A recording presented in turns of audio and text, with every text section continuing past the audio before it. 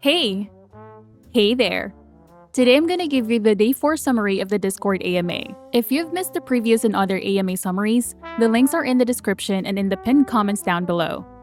For contents, there were plans to remove leaderboards for normal Void Erosion Purge, but the devs thought that competing for your best personal time is still an enjoyable aspect of repeated gameplay. They also added that, as mentioned before, skill-based Descendants will be able to do Void Erosion Purge quite easily now, because they plan to improve the effectiveness of skills in Void Erosion Purge.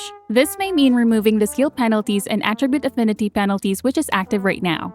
For Season 3, the entire TFD team is involved in the development of Season 3. That includes all the newly hired staff. The finalization for the end of Season 2 Episode 2 and the start of Season 3 is still being finalized, but there will be an announcement soon. For Descendants, we will be getting an in-game toggle for Serena's Wings. This includes even when you're outside combat. This answer here means quite a lot. They either are reworking Yujin's Transcendent modules, rebalancing, or maybe even new Transcendent modules for his ultimate version. For modules, the devs are not going to be removing the module groupings. They believe that doing so will create more unused modules and further alienate those. I also agree with this, because then everyone will only be running DPS modules without restrictions and could lead to OP combinations when allowed to use multiple ultimate modules.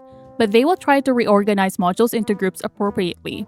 They also will be reviewing modules that have negative effects. An example would be action and reaction and improve appropriately, starting with unused module. For quality of life, consumable drop chance might actually be an increase to the materials dropped by enemies, not HP or mana consumables like we thought as the dev said here. We will also be getting inversion presets, which actually is extremely helpful for everyone. Party Finder will also look like this. It works similar to filtering where you tag yourself and be matched with similar tags, or set desired tags to filter your search.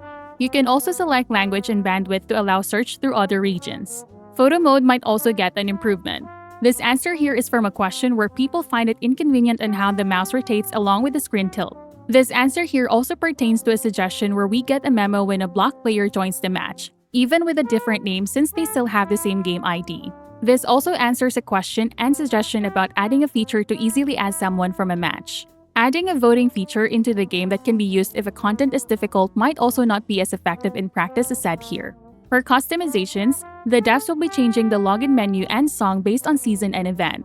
They will also put more effort into releasing skins that have various concepts and customizations. With this, the devs will be fixing the customization glitches like the Haley Winter painting glitch. For others, there will be no comics or animations pertaining to the game's lore because they would want to focus more into the game itself. The devs will be conducting their live dev stream on Pax East on the main theater on Sunday. There will also be a cosplay appearance of Bunny and Serena at the event. Director Jooms, producer Lee, and someone new will be present in the event. That's it for this one, guys, and I'll see you in the next one. Bye!